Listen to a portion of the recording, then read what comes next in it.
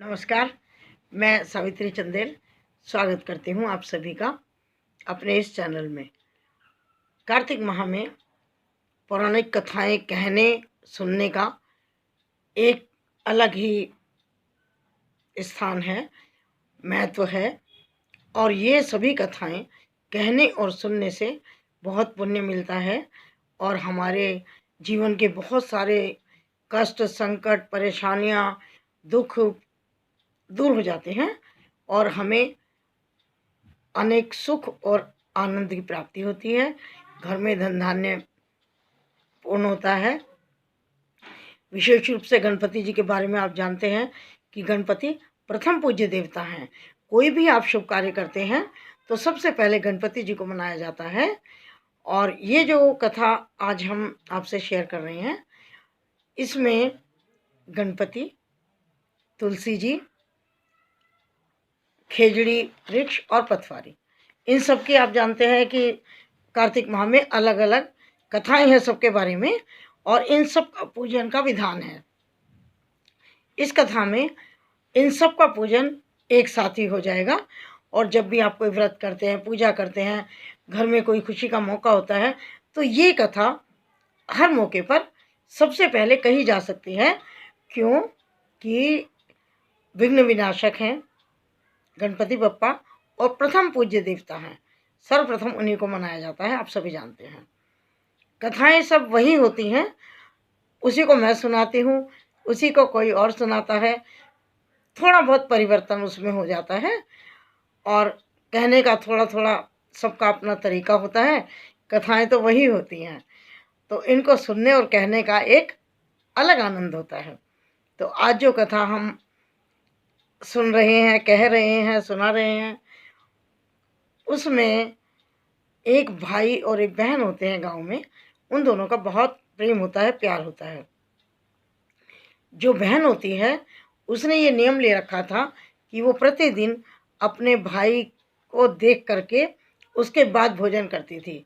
प्रातःकाल अपने घर उठती थी, अपने घर के सारे काम करके, सब कार्यों से निवृत्त होकर, और वो अपने भाई के पास आती थी, अपने भाई का शक्ल देखी, बात की और अपने घर जाके खाना खा लेती थी। उसके घर से और भाई के घर से जो रास्ता था बीच का, वहाँ एक छोटा सा गणपति का मंदिर आता था बीच में। उसी में ही अंदर तुलसी माता विराजित थी। वहीं पर किसी ने पथवारी जी की पूजा की होगी, तो वहाँ पर पथवारी माता भी थी और वहाँ पर वृक्ष भी था खेजड़ी का, उसकी शाखाएं बाहर तक लटकी हुई थी। तो जब ये बहन आया करती थी अपने घर से, तो एक लोटा जल लेकर चलती थी। तो आकर के सबको, तुलसी माता को, खेजड़ी को, पथवारी को, गणपति को, सबको जल अर्पित करती थी।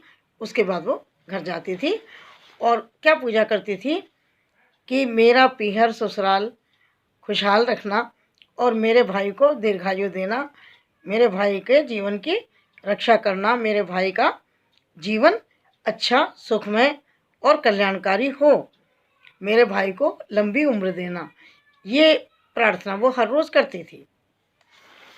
एक दिन जब वो आई भाई को मिलने, भाई को देखने, तो रास्ते में कंकड़, पत्थर, कांटे कुछ ज़्यादा थे उस दिन, तो उससे उसके पैर घायल हो गए। आपको पता है कि उस पुराने टाइम में तो सब नंगे पैरी गांव में चला करते थे। तो उसके पैर घायल हो गए और खून निकलने लगा। तो जब वो घर पहुंची तो भाभी ने पूछा कि ये तुम्हारे पैर में क्या हुआ। उसने बताया कि इस तरह से रास्ता था आज, कंकड़ीला पथरीला, उससे हो गया। उसकी भाभी ने उसके पैरों को साफ करके पट्टी वगैरह लपेट दी और वो चली गई। फिर उसने अपने पति को, यानी कि भाई को, बताया उसके कि आज आपकी बहन का इस तरह से पैर घायल हो गए और रास्ते में सब कंकड़ पत्थर थे। अब भाई भी बहुत प्यार करता था बहन को। सुनने के बाद उसको बहुत तकलीफ़ हुई कि मेरे पास आने के लिए मेरी बहन के पैरों में इतनी तकलीफ़ हो गई। उसने कहा मेरी बहन तो कल भी आएगी, तो मैं सारा रास्ता साफ कर देता हूँ ताकि कल मेरी बहन आराम से आ सके। वो बुहारने लग गए, साफ करने लगे रास्ते को करते करते वो मंदिर तक पहुंच गए। अब उन्होंने देखा कि ये भी रास्ते में रुकावट पैदा करता है, क्योंकि ये खेजड़ी के वृक्ष की लता भी बाहर तक शानियत हैं और ये सब चीज़ें रास्ते में रुकावट पैदा करती होंगी। तो उन्होंने पथवारी के जो पत्थर थे उन्हें भी तितर बितर तोड़ फोड़ के अलग कर दिया, और तुलसी जी का जो पौधा था उसको भी उखाड़ करके फेंक दिया, और जो शाखाएं इधर उधर थी खेजड़ी वृक्ष की वो भी सब काट पीट दी। फिर उन्होंने सोचा कि ये गणपति की जो छतरी है ये भी अड़ती होगी, परेशानी होती होगी, रास्ता में रुकावट होती होगी। तो वो सब हटा करके उसने रास्ता समतल बना दिया, ऐसा सीधा रास्ता कर दिया कि बहन के रास्ते में किसी भी चीज़ की कोई रुकावट ना आए। लेकिन उसे ये नहीं पता था कि ये सब कुछ करके उसने ठीक कार्य नहीं किया। बहन के लिए तो अच्छा किया, लेकिन भगवान के प्रति ठीक नहीं हुआ। उससे सभी कुपित हो गए, पथवारी माता भी, तुलसी माता भी, गणपति भी, खेजड़ी भी। अब उसको वहीं पर चक्कर आया और वो गिर गया और उसका जीवन समाप्त हो गया। फिर कोई गांव के पड़ोस के लोग उसको घर तक लेकर गए, और घर में कोई था नहीं, बस उसकी वाइफ ही थी। तो उसने देखा तो उन सब ने कहा, बहन थोड़ी दूर थी, उसको नहीं पता कि ये सब कुछ क्या हो गया। अब उसको ले जाने की तैयारी करने लग गए क्रिया के लिए, कार्यक्रम के लिए, कि अंतिम संस्कार कर दें। तो उसकी भाभी ने रोक के कहा कि नहीं नहीं, इनकी बहन को आने दो, इनकी बहन को पहले सूचना पहुंचाओ, उसको आने दो, उसके बाद करेंगे। तो उन्होंने कहा कि बहन जब आएगी आएगी और इनका दाह संस्कार हम सब मिलकर कर देंगे। भाभी ने नहीं करने दिया, उसको पता ही नहीं लगा बहन को। अगले दिन बहन रोज की तरह आती है।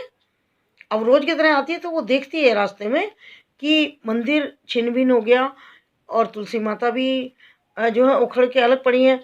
तो उसने क्या किया कि तुलसी माता को पुनः स्थापित किया, और जो पथवारी बिखेर दी थी, तोड़ दी थी, उन सबको इकट्ठा करके उसने पथवारी माता को भी जल से अर्पित किया, तुलसी माता को भी अर्पित किया, और खेजड़ी को भी किया, और गणपति जी को भी किया।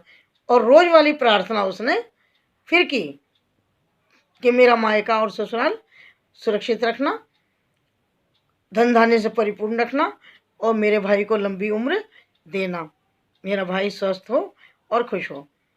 ये करके आराधना वो घर आती है। तो घर आकर के वो अपने भाई को बहुत आवाज़ें देती है, बहुत आवाज़ें देती है। थोड़ी देर वो नहीं उठता, लेकिन जब उसकी बहन उसको भाई उठो करती हैं तो वो उठ के खड़ा हो जाता है। उसको लगता है कि मैं तो बड़ी गहरी नींद से उठा हूँ बहन। तो सबने कहा कि ऐसी गहरी नींद तो भगवान किसी को ना दे। उसको पता ही नहीं था कि उससे क्या हो गया। तो जब जो गलती भाई ने की थी उसका सुधार बहन ने कर दिया, और उस बहन की दुआ कबूल हो गई, और वो भाई बहन फिर से खुशी खुशी रहने लगे। तो हे गणपति बप्पा, तुलसी माता, पथवारी माता, खेड़ी माता, आपने जैसा सुख इस भाई बहन को दिया, सुखपूर्वक रहने लगे, ऐसा सुख सबको देना, सबकी गलतियों को क्षमा करके उन्हें अपना वरदान देना, अपना आशीर्वाद देना। धन्यवाद।